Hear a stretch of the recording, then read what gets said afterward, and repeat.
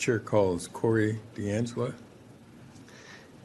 Hey, it's good to see you guys. Thank you so much, Chairman Dutton, Vice Chair Lozano, and members of the committee. I'm Corey DeAngelis, Senior Fellow at the American Federation for Children, and it's good to be home. I actually grew up in San Antonio, Texas. I went to public schools all through K through 12, had the opportunity to go to a magnet school in high school, and I thought that was a great opportunity for me. I also attended the University of Texas at San Antonio, where I did my bachelor's and master's in economics. Go Runners.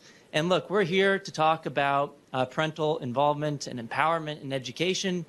And the only way to truly secure parental rights in education is to fund students directly and empower families to choose the education providers that best meet their families' needs and align with their values.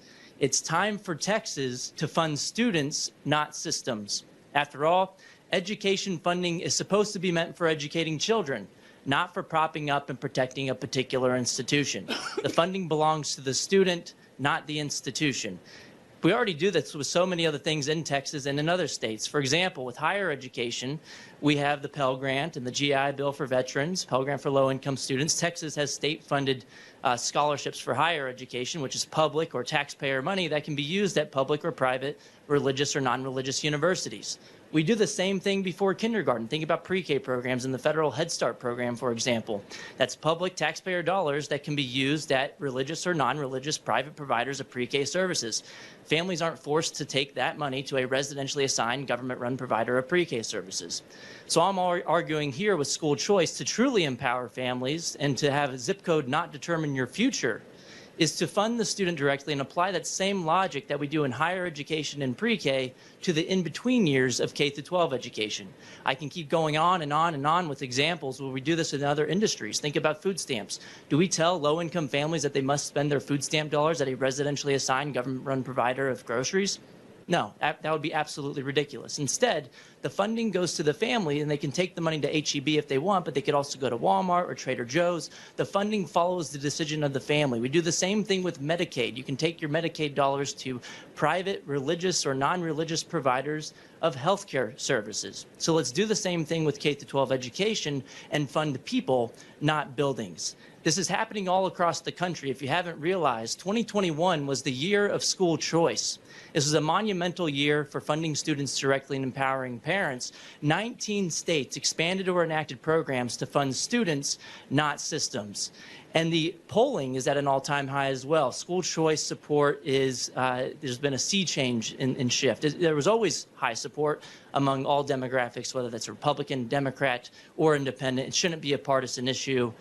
And the latest Real Clear Opinion research polling has found 72% of Americans supporting funding students directly and empowering families to choose. This poll had supermajority support among Republicans, Democrats, and independents. In Texas, the latest Morning Consult polling has found 77% of school parents supporting school choice, having the funding follow the child. And in the Republican primary in March, on the ballot, Proposition 9, school choice was on it.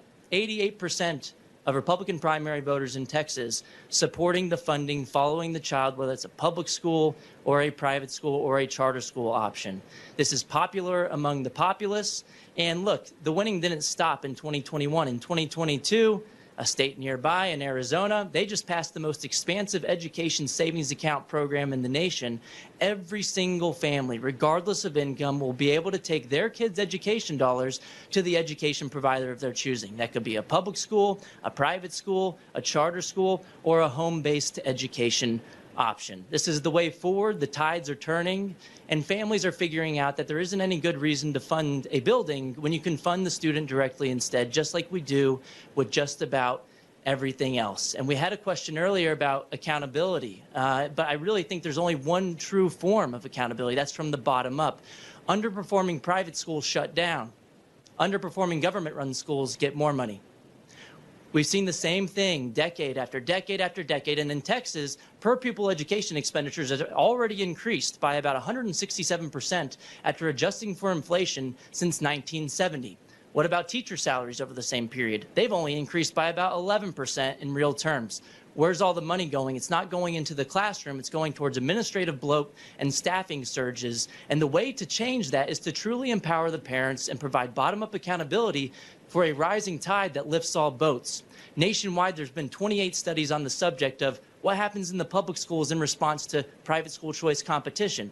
25 of the 28 studies find statistically significant positive effects of private school choice options on the outcomes of the students in the public schools. So school choice is a rising tide that lifts all boats. There's also been a peer-reviewed meta-analysis out of the University of Texas Austin research team published in Educational Policy in 2019, similarly finding if you pool all of the effect sizes together, overall, on average, private school choice initiatives lead to positive effects on outcomes in the public schools. It can benefit the teachers, too, not just the parents. There's 5 studies I've seen on the topic I've written about at the Washington Examiner in a blog called School Choice Benefits Teachers Too. 5 studies have now found statistically significant positive effects of private and charter school competition on the teacher salaries in the public school. So competition in the market for goods and services is good for families and customers, but competition in the labor market is good for teachers at the same time. So it's time to fund students directly. Look, this will lead to more equality of opportunity as well. Look, let's face it, the most advantaged in society already have school choice. They can already afford to live in the neighborhoods that are assigned to the best quote-unquote public schools. They can already afford, or at least they're more likely to be able to do so, to spend their money out of pocket to pay for private school tuition and fees. Funding students directly empowers more families to have access to educational opportunities. So in this sense, school choice is an equalizer. So I hope Texas can lead the way as well on empowering parents. We're seeing it happen all across the nation. We're seeing it in the polls. We're seeing it in states. We're seeing it with a new special interest group that has emerged. It's not just the employee unions anymore, it's the parents. Parents have woken up over the past couple of years, and a lot of the families who thought their kids were in great public schools, whether it was an A rated by the state or whether their kid had good grades on the report cards, started to see another dimension of school quality that was really important to them, which happened to be whether the school aligned with their values. That doesn't fit on a standardized test. Testing isn't going to measure every single thing that's important to a parent. And so we've seen a lot of battles pop up nationwide over the past couple of years, whether it was in-person versus remote, this curriculum, that curriculum, whether it's mask mandates or not. They're all just symptoms of the larger problem, which happens to be we force millions of kids to go to residentially assigned, government-run institutions that are by definition in a one-size-fits-all system that is not going to work for families who just inherently disagree about how they want their kids raised and how they want their kids to be educated.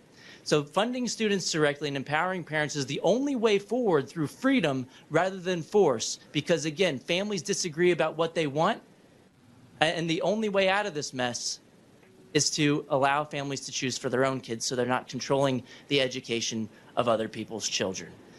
Now is the time to fund students, not systems, and I'm excited to see what happens in Texas. We heard a lot of great statements from Governor Abbott earlier this year, said that this will be the biggest push for school choice in Texas history, and I believe it because of the parents who are sitting behind me in the room, the parents who are at the Capitol today. They've woken up, they felt powerless in 2020, and they're going to make sure they never feel powerless like that ever again. So thank you guys so much, and I'm open for questions.